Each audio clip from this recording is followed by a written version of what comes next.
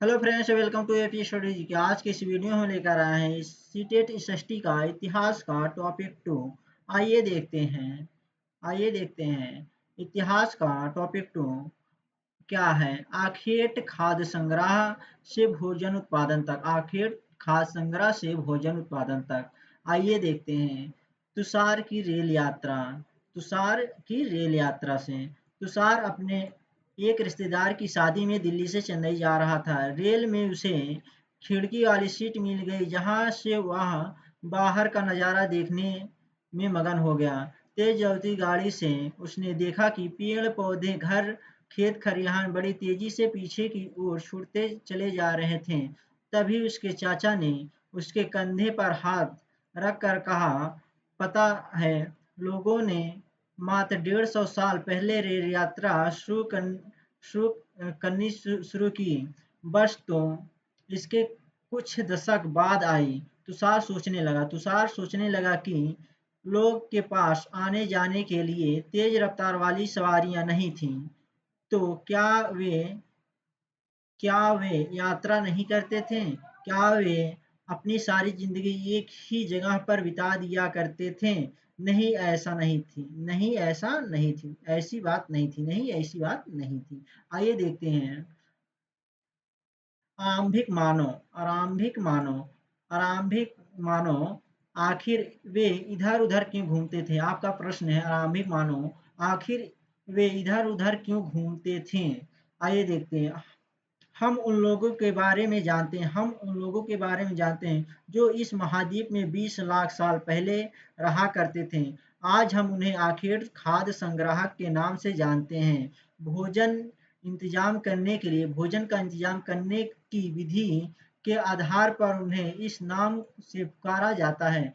आमतौर पर खाने के लिए जंगली जानवरों का शिकार करते थे, मछलियाँ और चिड़िया पकड़ते थे। फल मूल, दाने, पौधे, पत्तियां, अंडे इकट्ठा किया करते थे। आखिर खाद्य संग्राहक समुदाय के लोग एक जगह से दूसरी जगह पर घूमते रहते थे। ऐसा करने के कई कारण थे एक जगह से दूसरी जगह घूमने का। पहला कारण है पहला कारण पहला कारण यह है कि अगर वे एक ही जगह पर ज़्यादा दिनों तक रहते हैं, तो आसपास के पौधों, फलों और जानवरों को खाकर समाप्त कर देते थे। इसीलिए भोजन के तलाश में दूसरे जगहों पर जाना पड़ता था। दूसरा कारण यह है कि जानवर अपने शिकार के लिए जानवर अपने शिकार के लिए या फिर हिरण और मवेशी अपना चारा ढूंढने के लिए एक जगह से दूसरी जगह जाया करते थे। इसीलिए इन जानवरों का शिकार करने वाले लोग भी इनके पीछे पीछे जाया करते होंगे। अगला है तीसरा कारण यह है कि पेड़ों और पौधों में फल फूल अलग अलग मौसम में आते हैं। इसीलिए लोग उनकी तलाश में उपयुक्त मौसम के अनुसार इलाकों में जाते होंगे।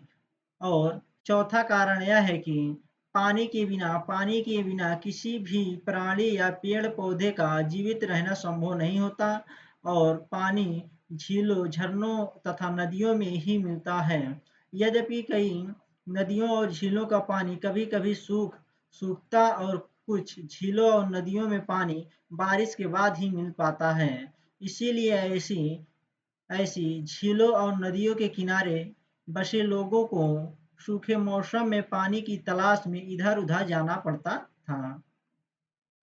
अगला है, आरंभिक मानव के बारे में जानकारी कैसे मिलती है? अगला प्रश्न है, आरंभिक मानव के बारे में जानकारी कैसे मिलती है? पुरातत्व पुरातत्वविदों के पुरातत्वविदों कुछ ऐसी वस्तुएं मिली हैं पुरातत्वविदों को कुछ ऐसी वस्तुएं मिली हैं जिनका निर्माण और उपयोग आखेट खाद्य संग्रह किया करते थे। यह संभव है कि लोगों ने अपने काम के लिए पत्थरों, लकड़ियों और हड्डियों के औजार बनाए हों। इनमें से पत्थरों के औजार आज भी बचे हैं। इनमें से कुछ औजार का उपयोग फल फूल काटने, हड्डियां और मांस काटने तथा पेड़ों की छाल और जानवरों की खाल उतारने के लिए किया जाता था। कुछ कुछ के साथ हड्डियां या लकड़ियों के मुट्ठे लगाकर भाले और बाण जैसे हथियार बनाए जाते थे। कुछ औजारों से लकड़ियां काटी जाती थीं। लकड़ियों का उपयोग ईंधन के साथ साथ झोपड़ियां और औजार बनाने के लिए भी किया जाता था। अगला है रहने की जगह निर्धारित करना। खाद्य संग्रह का रहने की जगह निर्धारित करना। मानचित्र 2 को देखो। लाल त्रिकोण वाले स्थान वे पूरा स्थल है। लाल त्रिकोण वाले स्थान पूरा स्थल है, जहाँ पर आखेट खाद्य संग्राहकों के होने का प्रमाण मिला है। इनके अलावा भी कई स्थानों पर आखेट खाद्य संग्राहक रहते थे। मानचित्र में सिर्फ कुछ गिने चुने स्थान ही निश्चित चिन्हित किए गए हैं। कई पुरा स्थल नदियों और झीलों के किनारे पाए गए हैं। लाल त्रिकोण वाले स्थान मानचित्र 2 में देखते हैं कहाँ कहाँ है। जैसे भीमबेटका हुआ मध्य प्रदेश, कुशंगी, कुरनूल गुफाएं, यहाँ पे आखेट संग्रह रहते थे। चूंकि पत्थर के उपकरण बहुत महत्वपूर्ण थे, इसीलिए लोग ऐसी जगह ढूंढते रहते थे जहां अच्छे पत्थर मिल सकें। शैल चित्रकला, इनमें से हमें क्या पता चलता है? एक शैल चित्र, इस चित्र के बारे में बताओ। जिन गुफाओं में लोग रहते थे उनमें से कुछ की दीवारों पर चित्र मिले हैं। इनमें से कुछ सुंदर उदाहरण मध्य प्रदेश और दक्षिण उत्तर प्रदेश की गुफाओं से मिले चित्र हैं। इनमें जंगली जानवरों का बड़ी कुशलता से सजीव चित्रण किया गया है। पूरा स्थल क्या है? पूरा स्थल उस स्थान को कहते हैं जहां औजार, बर्तन और इमारतें जैसी वस्तुओं के अवशेष मिले हैं। पूरा स्थल कहते हैं उसे। ऐसी वस्तुओं का निर्माण लोगों ने अपने काम के लिए किया था और बाद में उन्हें वहीं छोड़ गए। इस जमीन के ऊपर, अंदर, कभी-कभी समुद्र और नदी के तल में भी पाए जाते हैं। इन पुरास्थलों के बारे में आपको अगले अध्याय में बताया जाएगा। आग की खोज। मानचित्र 2 में कुन्नुल गुफा ढूंढें। यहाँ कुन्नुल गुफा में राख के अवशेष मिले हैं। यहाँ पे राख के अवशेष मिले हैं। इसका मतलब यह है कि आरंभिक लोग आग जलाना सीख गए थे। आग का इस्तेमाल कई कार्यों के लिए किया गया होगा, जैसे कि प्रकाश के लिए, मांस भूनने के लिए और खतरनाक जानवरों को दूर आदि भगाने के लिए। आज हम आग का उपयोग किस लिए करते हैं? नाम और तिथियां। हम जिस काल के बारे में पढ़ रहे हैं, पुरातत्वविद ने उनके बड़े-बड़े नाम रखे हैं। आरंभिक काल को वे पूरा पाषाण काल कहते हैं। पुरातत्वविदों ने। यह दो शब्दों पूरा यानी प्राचीन और पाषाण यानी पत्थर से बना है। यह नाम पूरा स्थलों से प्राप्त पत्थर के औजारों के महत्व को बताता है। पूरा पाषाण काल 20 लाख साल पहले से 12,000 साल पहले के दौरान माना जाता है। इस काल को भी 3 भागों में विभाजित किया गया है: आरंभिक, मध्य और उत्तर पाषाण युग। मानव इतिहास की लगभग 99% कहानी इसी काल के दौरान घटित हुई हैं। जिस काल में हमें पर्यावरणीय बदलाव मिलते हैं उसे मेसोलिथ यानी मध्य पाषाण युग कहते हैं। जिस काल में पर्यावरण बदलाव मिलता है उसे हम मेसोलिथ या मध्य पाषाण युग कहते हैं। इसका समय लगभग 12,000 पहले से लेकर 10,000 साल पहले तक माना गया है। इस काल के पाषाण औजार आमतौर पर बहुत छोटे होते थे। इन्हें माइक्रो छोटे औजार को माइक्रोलिथ भी कहते थे, यानी लघु पषाण कहा जाता था और लघु पषाण भी कहा जाता था। प्राय इन औजारों में हड्डियां या लकड़ियों के मुट्ठे लगे हंसिया और आरी जैसे औजार मिलते हैं। साथ साथ पूरा पषाण युग वाले औजार भी इस दौरान बनाए जाते रहे हैं। अगले युग की शुरुआत लगभग 10,000 साल पहले से होती है। इसे नवपाषाण युग कहा जाता है। का क्या मतलब होता है? नवपाषाण का क्या मतलब होता है? हमें कुछ स्थानों के नाम दिए गए हैं। अगले अध्याय में तुम्हें ऐसे अनेक नाम मिलेंगे। अक्सर हम पुराने स्थानों के लिए उन नामों का प्रयोग करते हैं जो आज प्रचलित हैं, क्योंकि हमें ज्ञात नहीं है कि उस काल में इनके क्या नाम रहे होंगे। आगे है बदलती जलवायु। बदलती जलवायु क्या है? लगभग 12,000 साल पहले दुनिया की जलवायु में बड़े बदलाव आए और गर्मी बढ़ने लगी। इसके परिणामस्वरूप कई क्षेत्रों में घास वाले मैदान बनने लगे। इससे हिरण, बारहसिंगा, भेड़, बकरी और गाय जैसे उन जानवरों की संख्या बढ़ी जो घास खाकर जिंदा रह सकते हैं। जो लोग इन जानवरों का शिकार करते थे वे भी इनके पीछे आए और इनके खाने पीने की आदतों और प्रजनन के समय की जानकारी हासिल करने लगे। हो सकता है कि तब लोग इन जानवरों को पकड़कर अपनी ज़रूरत के अनुसार पालने की बात सोचने लगे हों। साथ ही साथ ही इस काल में मछली भी भोजन का महत्वपूर्ण स्रोत बन गई। खेती और पशुपालन। अगला है खेती और पशुपालन की शुरुआत। इसी दौरान उपमहाद्वीप के भिन्न भिन्न इलाकों में गेहूं, जौ और धान जैसी अनाज प्राकृतिक रूप से उगने लगे थे। शायद महिलाओं, पुरुषों और बच्चों ने इन अनाजों को भोजन के लिए बटोरना शुरू कर दिया होगा। साथ ही वे यह भी सीखने लगे होंगे कि यह अनाज कहाँ उगते थे और कब पक कर तैयार होते थे। ऐसा करते करते लोगों ने इन अनाजों को खुद पैदा करना सीख लिया होगा। इस प्रकार धीरे धीरे वे कृषक बन गए होंगे। इसी तरह लोगों ने अपने घरों के आसपास चारा रखकर जानवरों को आकर्षित कर उन्हें पालतू बनाया होगा। सबसे पहले जिस जंगली जानवर को पालतू बनाया गया वह कुत्ते का जंगली पूर्वज था। धीरे धीरे लोग भेड़, बकरी, गाय और सूअर जैसे जानवरों को अपने घरों के नजदीक आने को उत्साहित करने लगे। ऐसे जानवर झुंड में रहते थे और ज्यादातर घास खाते थे। अक्सर लोग अन्य जंगली जानवरों के आक्रमण से इनकी सुरक्षा किया करते थे और इस तरह धीरे धीरे वे पशुपालक बन गए होंगे। क्वेश्चन है, क्या तुम बता सकती हो कि सबसे पहले कुत्ते को ही पालतू क्यों बनाया गया? क्या कुत्ते को सबसे पहले पालतू क्यों बनाया गया? अगला है घरे घरेलूकरण की प्रक्रिया। लोगों द्वारा पौधे उगाने और जानवरों की देखभाल करने को घरेलूकरण की प्रक्रिया का नाम दिया गया है। अपनाए गए पौधे तथा जानवर अक्सर जंगली पौधों तथा जानवरों से भिन्न होते हैं।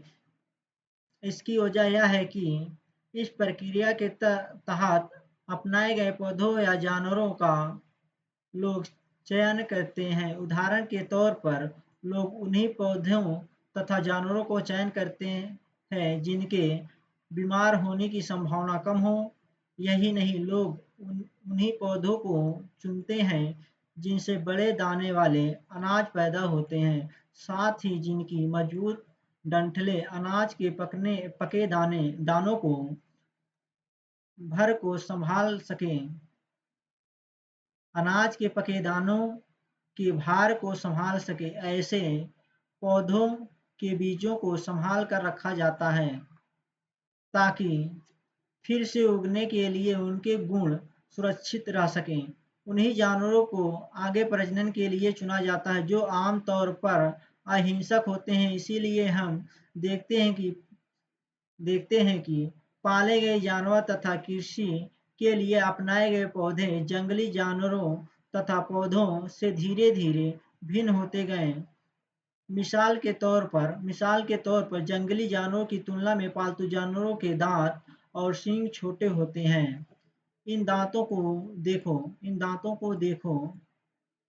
इनमें से कौन सा जंगली सूअर का दांत है और कौन सा पालतू सूअर का दांत है? ये है पालतू सूअर का दांत, ये है जंगली सूअर का दांत। यह प्रक्रिया पूरी दुनिया में धीरे धीरे चलती रही। यह करीब 12,000 साल पहले शुरू हुई। वास्तव में आज हम जो भोजन करते हैं वो इसी प्रक्रिया की वजह से कृषि के लिए अपनाई गई सबसे प्राचीन फसलों में गेहूं तथा जौ आते हैं। उसी तरह सबसे पहले पालतू बनाए गए जानवरों में कुत्ते के बाद भेड़ बकरी आते हैं। एक नवीन जीवन शैली। अगला है एक नवीन जीवन शैली। तुम किसी पौधे के बीज को बो कर देखो, तुम पाओगे कि इसे विकसित होने में कुछ वक्त लगता है। इसमें कुछ दिन, महीने या फिर साल तक लग सकता है। इसीलिए जब लोग पौधे उगाने लगे तो उनकी देखभाल के लिए उन्हें एक ही जगह पर लंबे समय तक रहना पड़ा। बीज बोने से लेकर फसलों के पकने तक पौधों की सिंचाई करने, खरपतवार हटाने, जानवरों और चिड़ियों से उनकी सुरक्षा करने जैसे बहुत से काम शामिल थे। कटाई के बाद अनाज का उपयोग बहुत संभाल कर करना पड़ता था। अनाज को भोजन और बीज दोनों ही रूपों में बचा कर रखना आवश्यक था। इसीलिए लोगों को इसके भंडारण की बात सोचनी पड़ी। बहुत से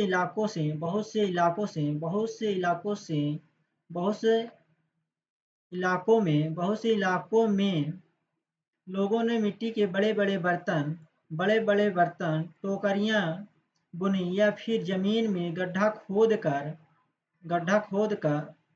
खोदा। क्या तुम्हें लगता है कि शिकारी या भोजन संग्रह करने वाले बर्तन बनाते और उनका प्रयोग करते होंगे?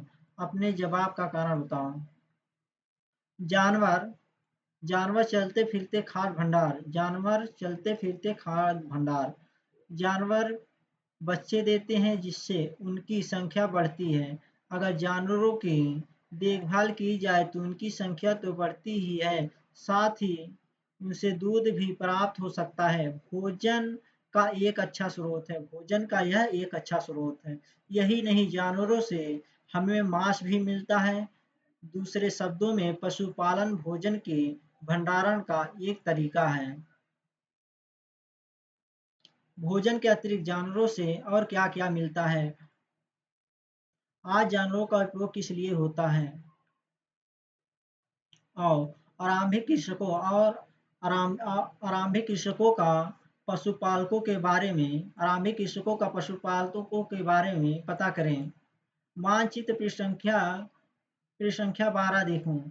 क्या तुम्हें कई नीले वर्ग दिख रहे हैं? पता है, इनमें से प्रत्येक बिंदु उस जगह को दर्शाता है जहां पुरातत्वविद को शुरुआती कृषकों और पशुपालकों के होने का साक्ष्य मिले हैं।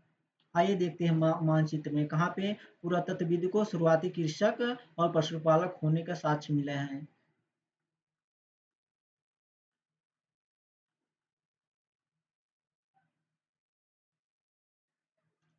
जैसे कोलडिवा हुआ, चिर चिरांद हुआ, बुर्जहोम हुआ, मेहरगढ़ हुआ। यहाँ पर पशुपालक और जो है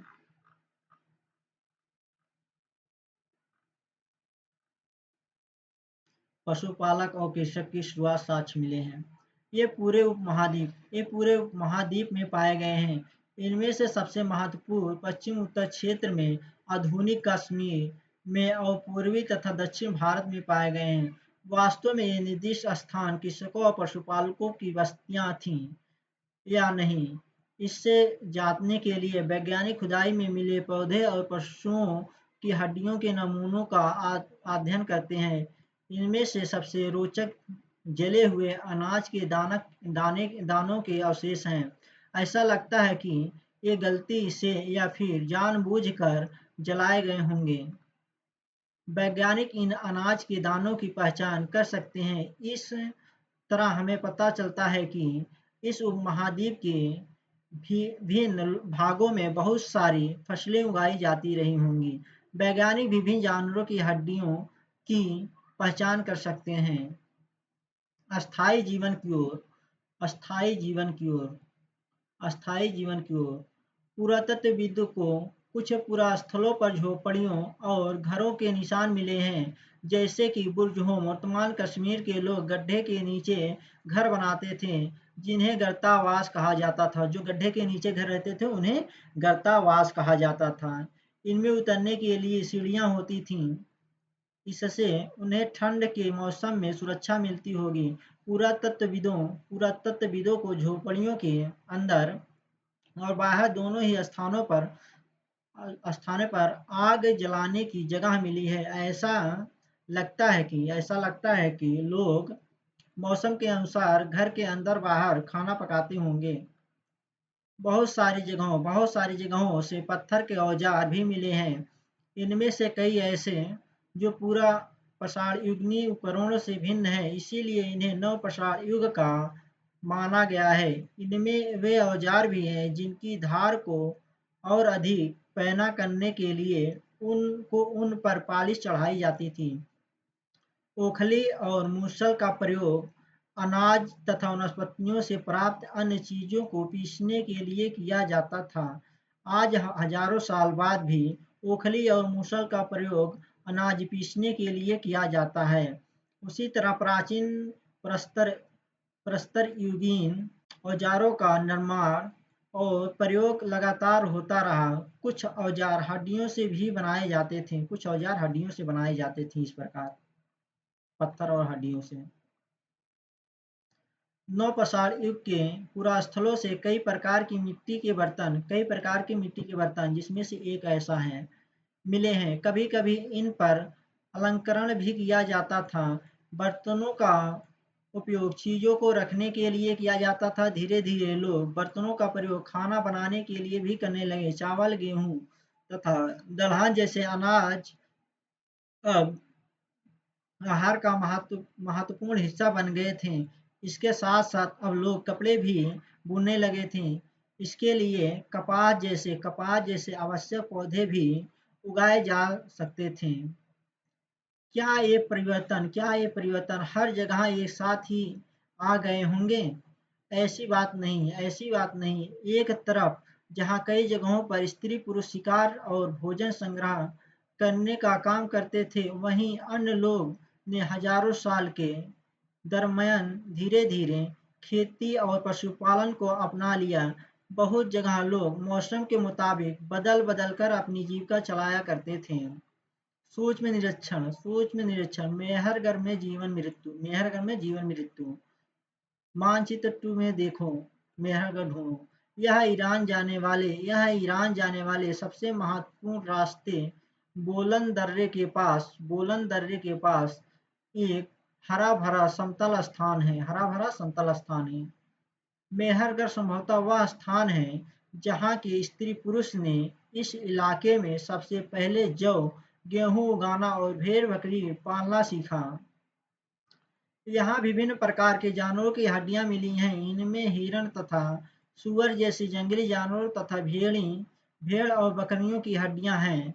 मेहरगढ़ में इसके अलावा चौकोर तथा आयताकार घरों के अवशेष भी मिले हैं। प्रत्येक घर में 4 या उससे ज्यादा कमरे हैं, जिनमें से कुछ संभवतः भंडारण के काम आते होंगे।